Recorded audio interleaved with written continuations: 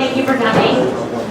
We have this great panel of folks tonight talking about how to break into tech sales.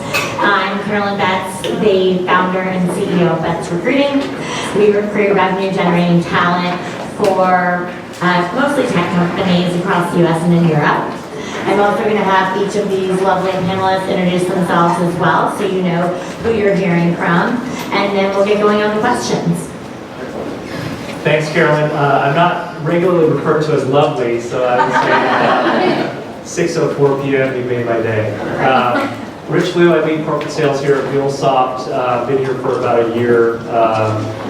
Was at Facebook prior to that, and leading some of our ad sales teams and the financial services industry before that. So I have some different perspectives and originally in engineering training. So multiple versions of job change going on. Yeah. I'm sorry. I'm sorry. I can share. Rich, you and I can share. Yeah, my name is Karl Schutz. I'm an account development representative here at MuleSoft. Been here about 9 months. I'm more on the entry level side, so I'll be talking more about transitioning from college into a sales role, and I'm excited to be here. So, thank you. First of all, Karl is one of our absolute stars on the team. Karl actually came in through Betts, and by way of introduction, my name is Steven Broudy, and I too came in through Betts originally. Prior to working at MuleSoft, I worked at an HR analytics startup that Betts actually placed me at, and that was the reason I was given the opportunity to work here, so it's all kind of coming full circle. I remember when Radley, I believe, was the only male working at Betts at the time. So he had it rough, but now he's married, so he's doing great. Someone from Betts? No. I'm Radley Meyers. I work for Carolyn at Betts Recruiting, and as the only male, got referred to as lovely all the time.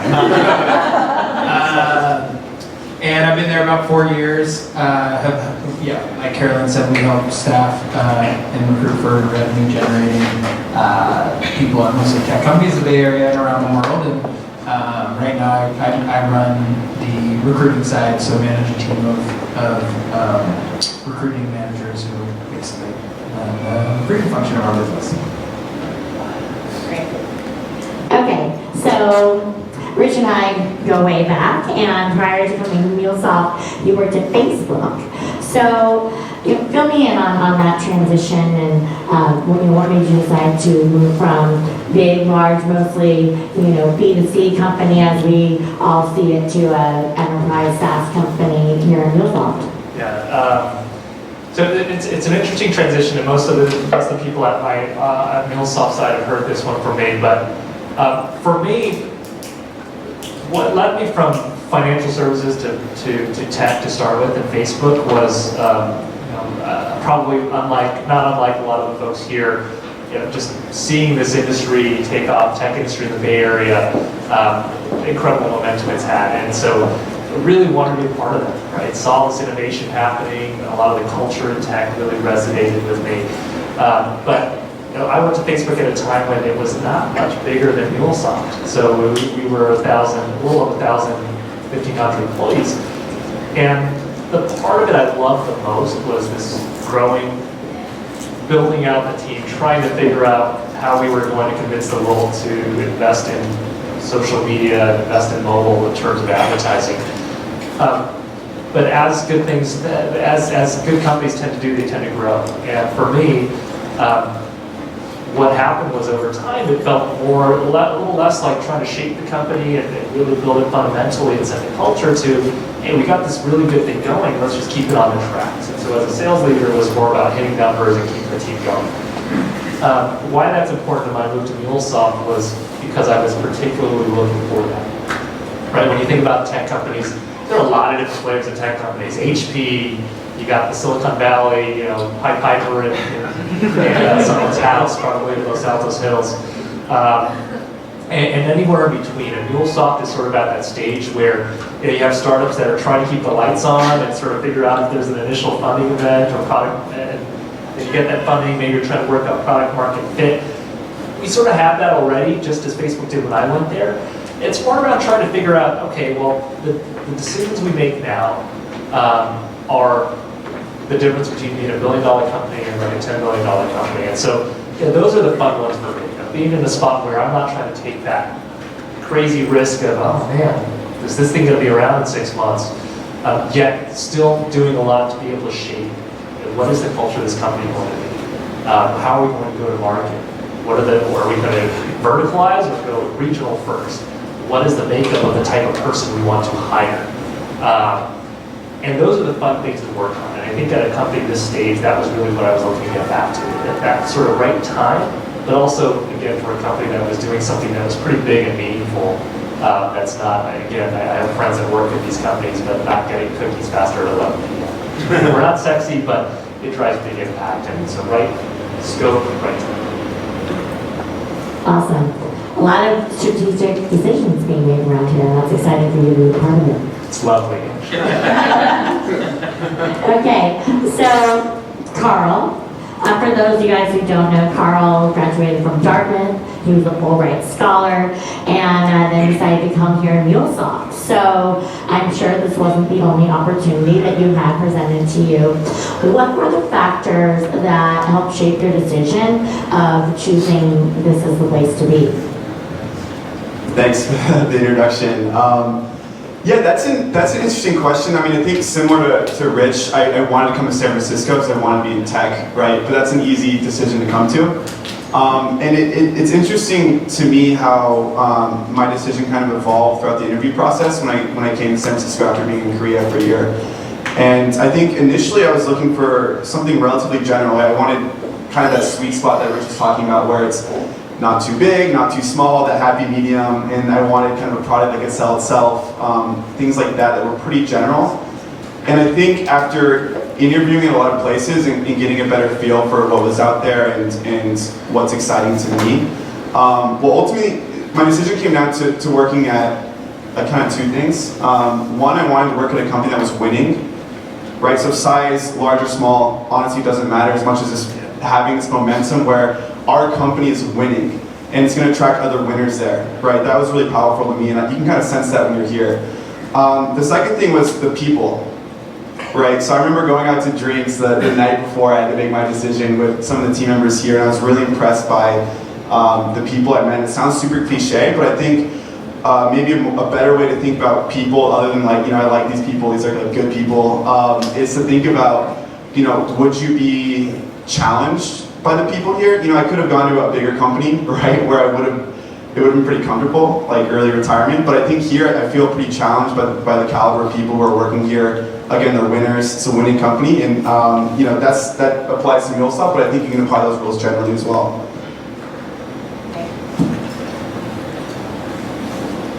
Steven.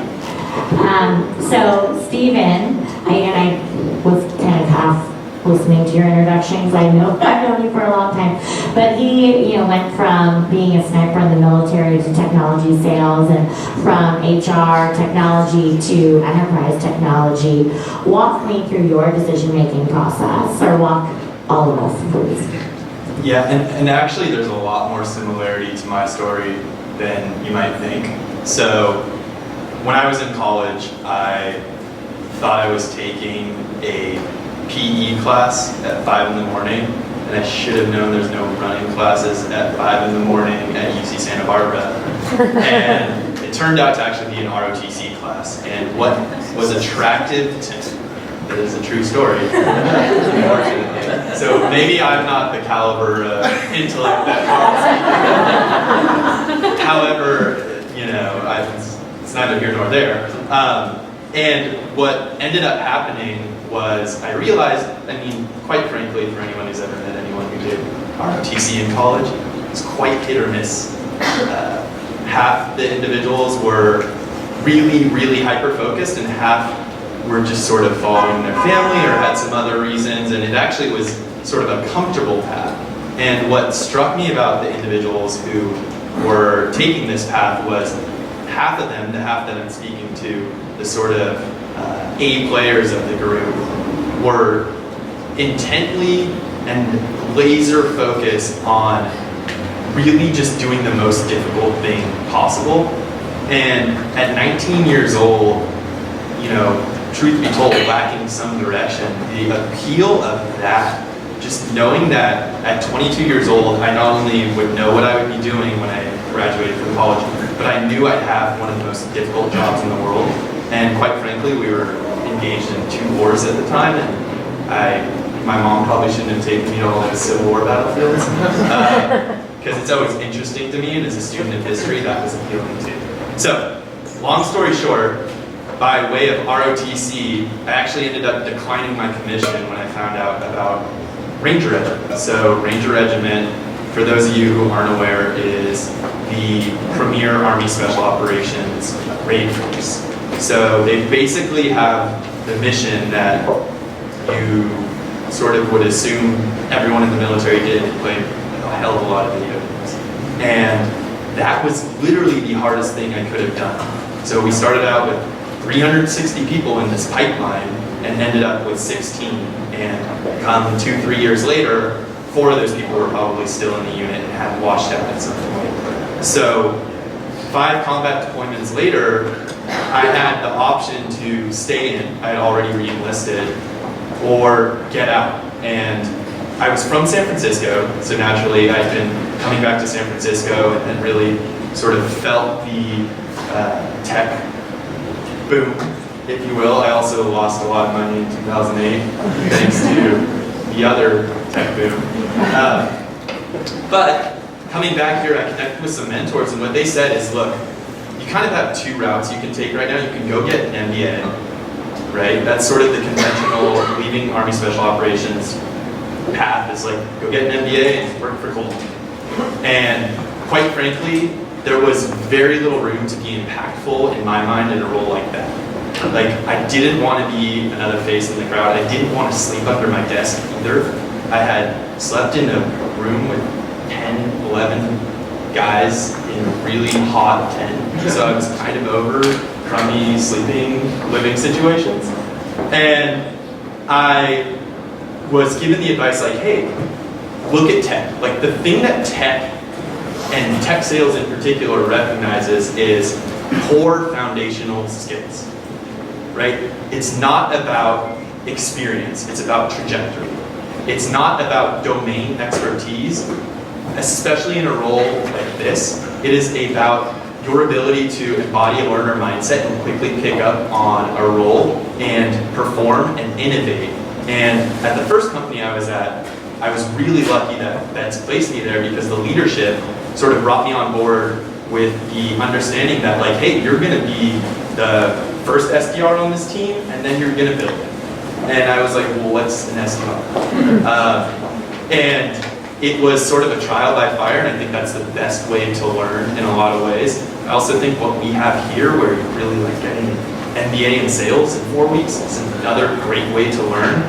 But what that set me up to do was get the opportunity, when that company was acquired, to come over to MuleSoft. And what struck me about MuleSoft, and by the way, it is such a well-worn cliche that it's all about the people, but the caliber of individuals that I ran into, quite frankly, when I left Ranger Regiment, I assumed I would never work with that high of a caliber team ever again. And I can honestly say that coming to MuleSoft, the entire team is of that level. And clearly I'm not the smartest person here, not even the tallest person here. And quite frankly, you know, we've got members of the team everywhere, and I think when you talk to them, you'll realize just how driven, motivated, really passionate they are about what they do and the people they work with. And that's because what we've cultivated here is this idea of being a team of winners that really inspires each other to win. And that is sort of the essence of what culture is at MuleSoft, and that's why I'm so happy I landed here. So thank you, Carolyn, and thank you, Karl, more than anything, and to the team who's eating all the food. Thanks, Steven. Okay, as Radley mentioned, he basically runs the recruiting side of our business in the Bay Area at Bets. And prior to that, he was a leader at Target. He managed pretty much the operations behind one of their biggest retail stores in the Bay Area, would get there at 4 o'clock in the morning and had, managed a very different set of people. So, Rad, why don't you walk me through your transition from leadership in retail to an individual contributing to moving up into management? Sure, yeah. Obviously, when you think Facebook, Dartmouth, Army Special Ops, you think Target. Perfect person to round out this panel. Always the same thing. It was 2 in the morning, not 4 in the morning. And I would get there. So like I feel like There we go. that. Same thing. And so yeah, I guess my transition coming in and I had no idea. Similar to what Steven was saying about not knowing what an SDR was, I came into Vets and did a shadow day and listened to some people giving feedback to candidates and talking about how they didn't have enough sass. And I'm sitting here going, what is the need for sassy salespeople? Like, I don't really understand this. And so I had to do a ton of research and really learn about sales. I was running a team that unloaded trucks and filled shelves at Target, and it was all about grunt and hustle. And so when I had no sales skills, no sales training, no understanding of technology, the landscape of of Silicon Valley, or how technology or software is sold. But I knew what I did have, and that was an ability to work my tail off. And I took a job at a company that was 12 people, had no funding, and was 100% commission, and didn't think twice about it. Because I knew when I sat there, and it's similar to what you guys were saying, I knew when I went in there and I spent half the day with this group of people and I saw what they were doing, that one, I could do it, but two, that I wanted to do it. And it was something that I was really passionate about. And so the idea of working for a 12-person company that had no funding and was 100% commission was actually really appealing to me. And I knew that the amount of work I was putting into it, the amount of work I put in, I was going to get that reward. So that was the big driving force behind that, was knowing that I didn't have the resume. That stuff, I didn't let that stop me, because I knew the things that I did in my previous job, I didn't have them on my resume, but they were translatable skills, and how I was going to kind of hit the ground running was just a matter of how hard I wanted to work. I think that's a really interesting point, right? Positioning yourself based on the experience that you have, and whether, I think that a lot of people have, whatever it is that your experience is, making the most of it when you go through an interview. And I have a lot of questions written on this paper, and I think they might be boring and redundant for everyone if I continue to go down this thing and ask people the same questions over and over again. So why don't you guys strike up a conversation with me and amongst yourselves about positioning yourself, being the person that people want to hire, and what is that about? I'll maybe start there, because I think I heard a couple threads. First of all, apologies. I think when myself, Karl, and Steven spoke, it sounded like a MuleSoft commercial. And that wasn't intentional. I think it's also because hopefully these guys like working here. But there are a couple things that are important before you think about positioning yourself, right? You heard the 12-person startup with no funding. You heard sort of company with momentum and SaaS. You heard Karl, who was actively pursued and very nearly went to a very large and established tech company, and I saw them from mid-stage to later stage.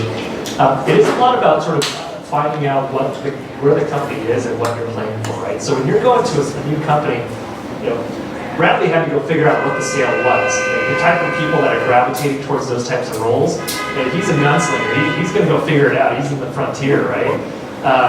He's going to go figure out what the sale is, what the market proposition is. Not a lot of tools yet, not a lot of systems in place.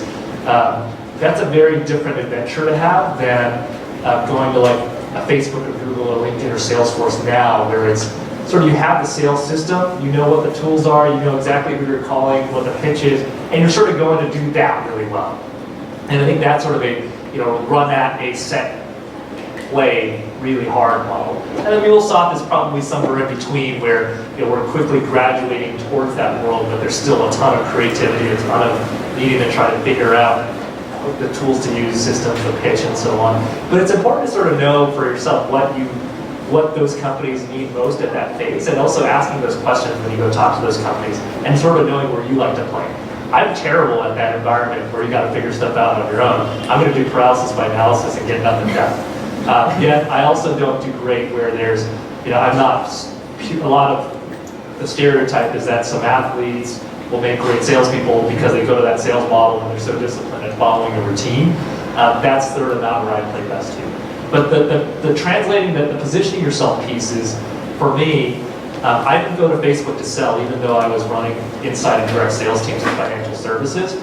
I took on a sales ops and strategy role without knowing if I'd have a team under me yet. And that was because my pitch was, hey, I want to get into tech. I want to figure out how to get in this company that I like, and I think they're going places and they have a good culture. But I've never sold media in my life. And I've never sold to businesses in my life. So it was about, okay, what are the things that I've done? I've helped to build and structure teams. I've helped to think about how we can be smarter with data in terms of going to market, putting right systems and processes in place. And hey, they're growing. I think they need that right now.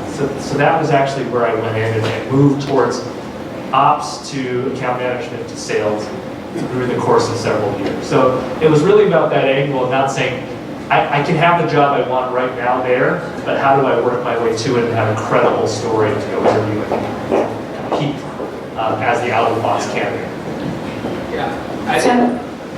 Oh, go ahead. So, and I think that with how we really consult people with the idea of positioning themselves for a role, I think the most important question that we ask throughout a conversation with a candidate who's on the job hunt is, what's your 1, 2, 3, right? What are the top 3 things that are most important to you? And before you start positioning yourself for a job at a certain company or in a certain role, is really figuring out what those 3 things are, right? And identifying those things in yourself, and then don't minimize the amount of opportunities you look at or even roles you look at, but really focus on what you're looking to get out of a job. And then the more companies you talk to, you might understand, or the more roles or whatever it is that you do talk to, you're going to really understand how you fit into those top 3 things. Like you were saying, you never sold ad sales, you might have shut off the idea of that type of role if you get too honed in on how do I position myself. But if you really focus on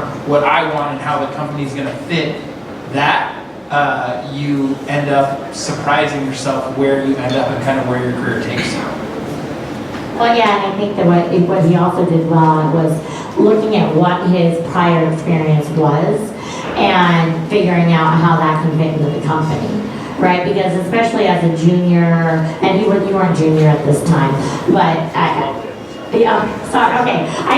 My great grandmother used that word. I don't know how I came up with it, but I guess it's back in the vocab. So there you go. But yeah, you were mid-career, and transitioning from Fisher Investments, were you doing sales there, or okay? Sales and ops. Okay. So, what is Facebook? Okay, if I'm gonna go work at Facebook, why on earth would they hire me? Right? And having some self-awareness about what you can really bring to the table, on top of having an idea of what that trajectory looks for you, and bringing it full circle before you go have those conversations, I think is it's a smart idea. As a young person going into a company, people want to see that you have an idea of where you want to go, but also self-awareness that you don't have necessarily all the skills yet to bring to the table. So speaking of young people with no skills,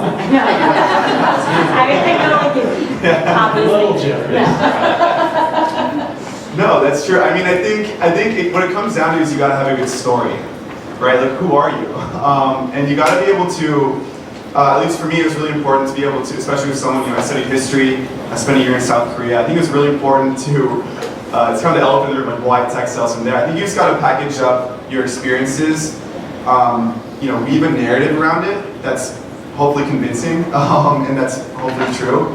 And weave a narrative around it, and then think about when you start looking at different roles, right? Maybe you'll get a better sense of what you're looking for through that process. But it's really important to apply your narrative and apply your story to whatever value you provide. So like apply that to whatever role you're playing, right? So like, here's my story. I'm from here. I went to school. Like early on, like I studied this, and I really want to. You just gotta have a convincing story where you tie that back into sales, or tie that back into whatever you're looking for, right? And I think that's where some people get too hung up on. I studied history, and I don't know why I went into tech sales, and they don't have a convincing reason. And I think it's just really important to keep that narrative in mind. Yeah, and this is can't tell. It is. So awkward holding a microphone, by the way. I think you hit the nail on the head, like have a story. And I'd add that you should link it to not just the role, but the values that the companies that you are trying to land a role at really hold near and dear and really value as being integral to the culture that they're trying to create.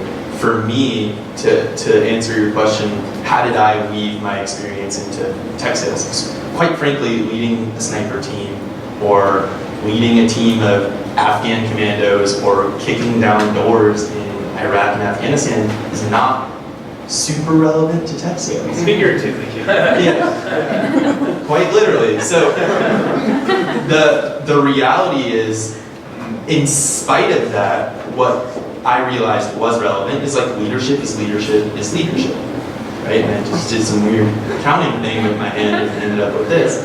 But what, in the same way, like grit, like, a do what it takes attitude, a learner mindset, like that is applicable across any role. And quite frankly, if you have a learner mindset and you're highly coachable, like you can probably pick up any role. The thing that's so unique to tech, again, is that it's not about domain experience. And if it is, like, hopefully it's a highly technical role. Because, frankly, I saw Amanda over there. Amanda was an entrepreneur, right? Amanda was an entrepreneur. You wrote blogs and studied history and wore a Dartmouth belt, which is really nice if you've never seen that before. So the reality is, A, players in any role can learn to or come to understand the role and can achieve and succeed. And that's where what we're always trying to suss out in an interview, and this is like a mutual interview in a lot of ways, is there value alignment? Like, are our values the same values that you hold dear? And then second of all, is your core foundational skill set and set of traits and attributes the same set that we have seen across the team? So I do think there's a way to weave any story into a role, and especially tech and tech sales, where the industry and the leaders, by virtue of being given opportunities to step outside of their comfort zone, are more likely to take a chance on the right person. So Steven, I don't know if you remember, we were in Atlanta a few weeks ago and having a drink post-conference. We were having a strategy conversation about leadership in sales in general.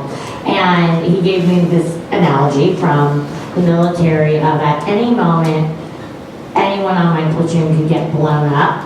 And okay. Sorry. Well, no, and I thought this was interesting because he takes it seriously in building his team here at MuleSoft, right? And this is probably one of the hardest companies in Silicon Valley to get hired at. And because they take the level of talent that they bring on board very seriously, and at any moment, and not literally, but something could happen and these people might have to go in on a meeting with the CEO or whatever it is, and you want to have absolute confidence in every single person on your team, even if they're junior, that they have the aptitude to represent the brand to the level that you would. Yeah, and by the way, it happens, right? I see Nick over here and Karl were on site with, was it Credit Suisse?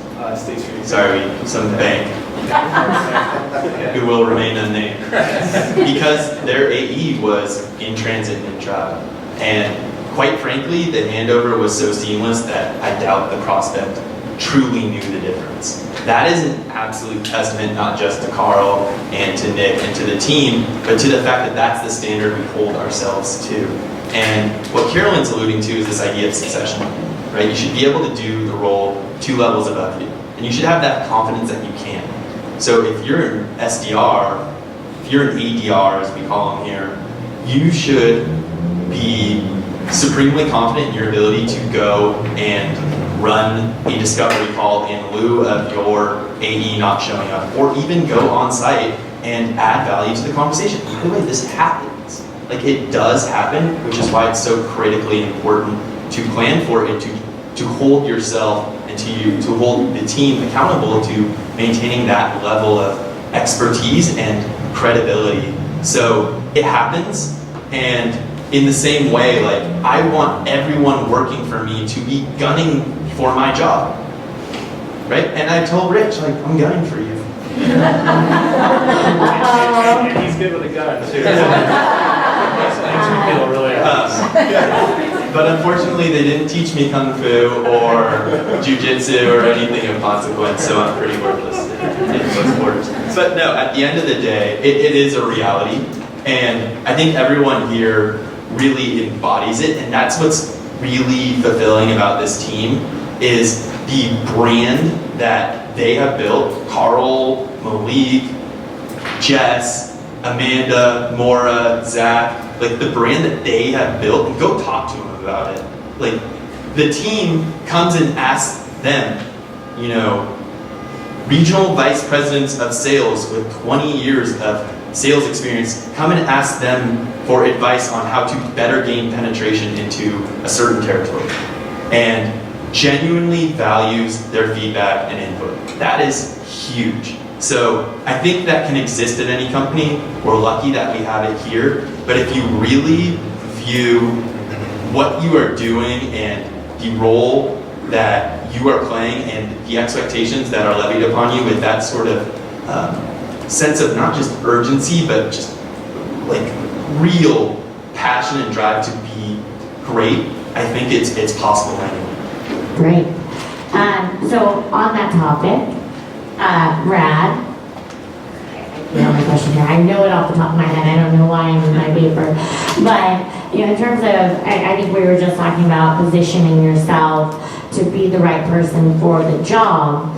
And then to your topic, once you're in the job that you're in, what is the best way to position yourself for what's next? Internally within your company or externally, actually. I think both are relevant, but go for it. Yeah, I mean, I think I really love the idea of being ready for 2 jobs above you. I think that's something I'm sitting here as you're talking about, thinking, okay, who on my team is ready 2 jobs above them? And there's a handful of people that are, but I think that's on the leadership group and the individual to make sure that they are, that both you're tag teaming that to make sure that that's the case. And so that's a nice takeaway for me. But I think as far as positioning, I mean, it's really simple to position yourself internally to get promoted or to move up in the organization. Do well. Like, I mean, I know that seems so simple, but like, do your job and celebrate your job and remember the things that you did well. Keep track of that stuff and make sure that the people who are watching you, they're noticing when you're successful.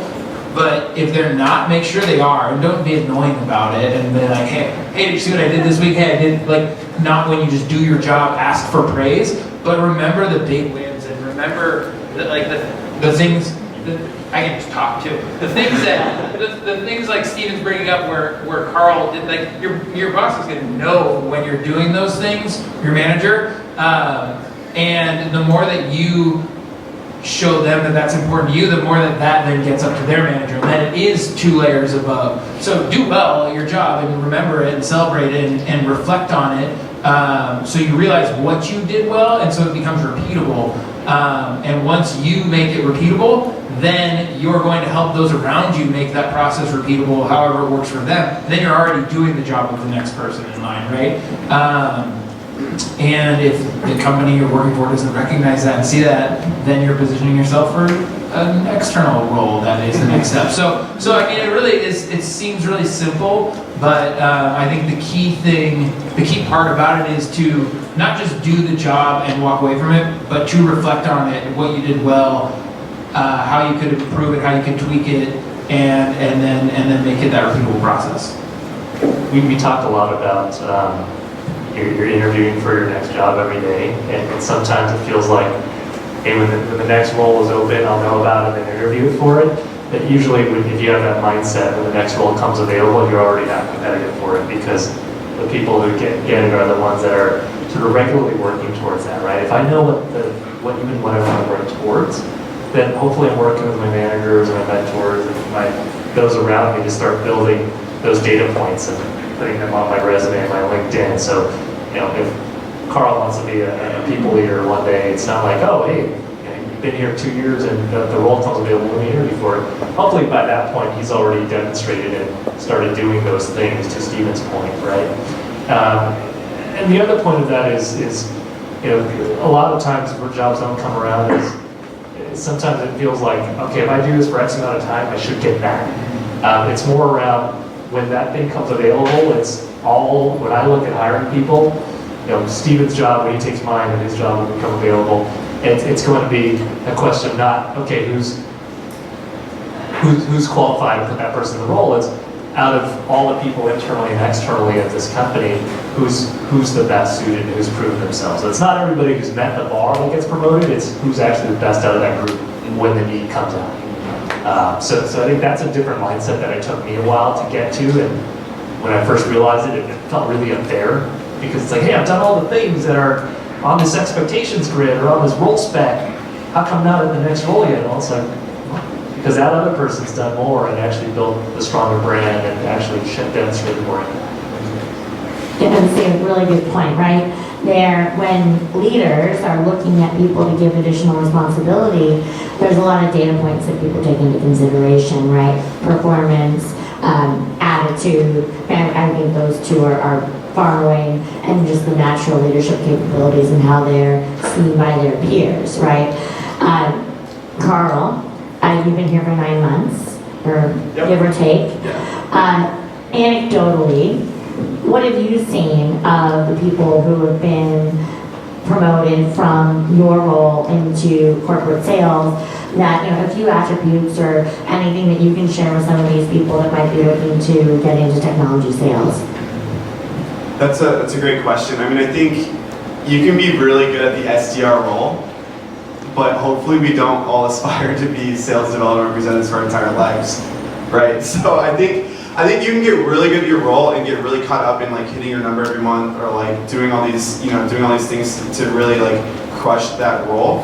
But I think it's really important to always be thinking about, what can I do to stretch myself, not just within this role, but in ways that will develop me professionally and develop me, towards that next step, right? So in an entry-level sales job, that typically means, what responsibilities am I doing, to maybe meet with clients one-off, or to put myself in maybe uncomfortable situations where I'm going on site with a big bank when I have no real, reason to be there. Well, I have a reason to be there, but you know what I mean? I think it's important to stretch yourself within the role and in the things you're doing to individually contribute to the company or whatever, the company's success. But I think it's also really important to innovate and to share, maybe I'll come up with something that I think has been working really effectively for me, and I want to share that with the team, right? And once you start sharing like best practices, you can kind of like prove yourself as more of a thought leader on the team.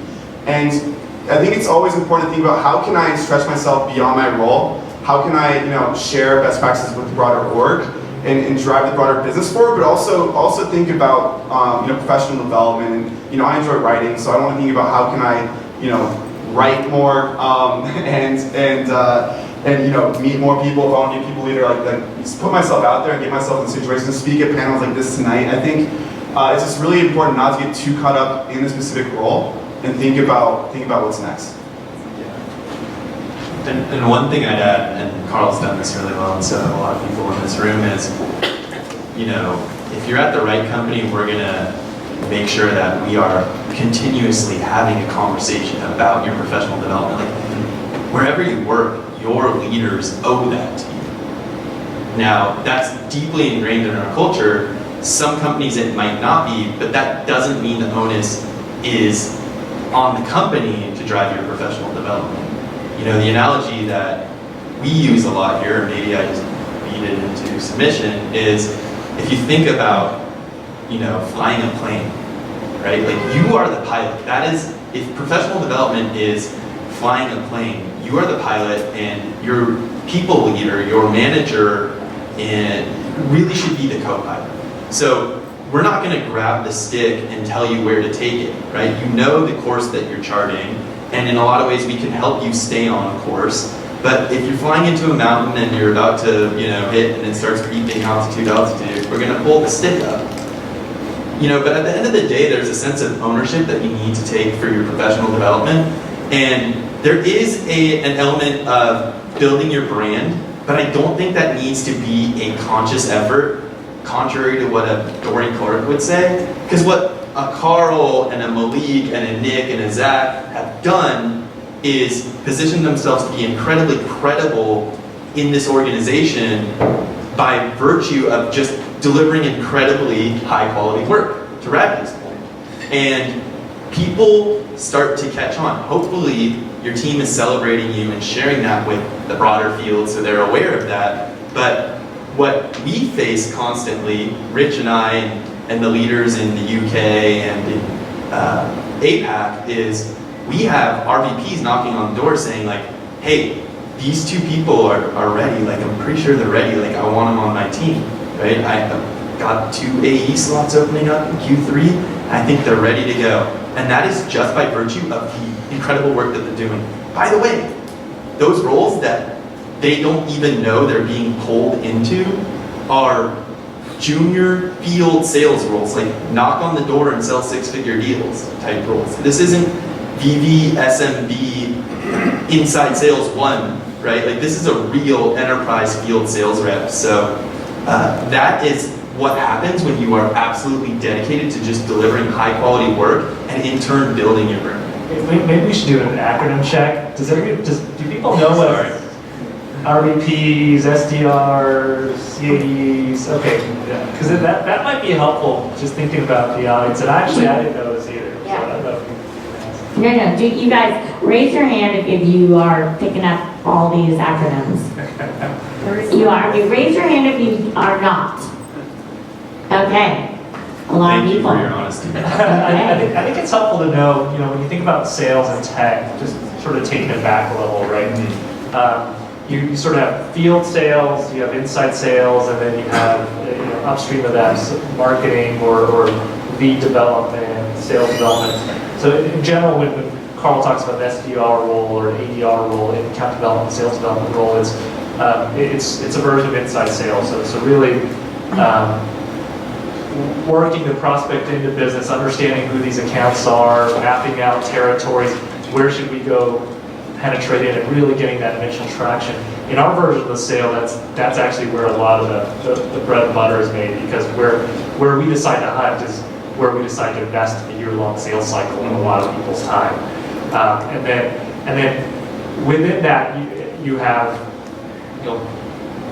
different levels of sales development and management in those chains. In our field org, field sales, direct sales, you might hear it called, that's generally where you have people who are literally, as the name implies, in the field, sort of face-to-face, meeting with customers. In our org, it means they handle sort of the tail 3/4 of the sale. They're trying to grab a warm prospect who's engaged with us, who's understands what we do, is excited to learn more, and then sort of guides them through the next few months of the sale to try to bring that to a close. So in general, you find folks who graduate through inside or sales development into either leadership roles there, or they move out into the field. It might be in a commercial account executive, an enterprise account executive, or a strategic account executive role as they progress in seniority. But it's helpful to sort of level set what those things look like. And when we talk about sort of enterprise versus commercial versus sort of SMB, that's generally talking about the size of customers you're calling on. So if McDonald's is your customer, they might be a strategic or enterprise customer, depending on how the company's cut it. And then if a Yelp is your customer, maybe they're an SMB or mid-market type of customer. But it's also important to know that different types of tech companies, based on their inherent space or product, will sell to different types of companies, right? So Facebook, Google really made a lot of their business selling to SMBs first, small advertisers who are buying little pieces, smaller deal sizes, and a lot of smaller buyers. Whereas MuleSoft is sort of more focused on enterprise sales, so our average customers are spending 6 figures with us because they're larger buy. So a different kind of complexity of the sale, meaning it's a longer versus shorter sales cycle, and also the type of skill set of the person coming in might be a little bit different. Whereas breaking into a heavy enterprise sale is going to be harder to do without sort of working your way up. But thinking about like a Yelp or a Groupon, or something, a type of SaaS company that might sell to more SMBs or mid-markets, potentially easier to break in and actually have a full cycle type of role there.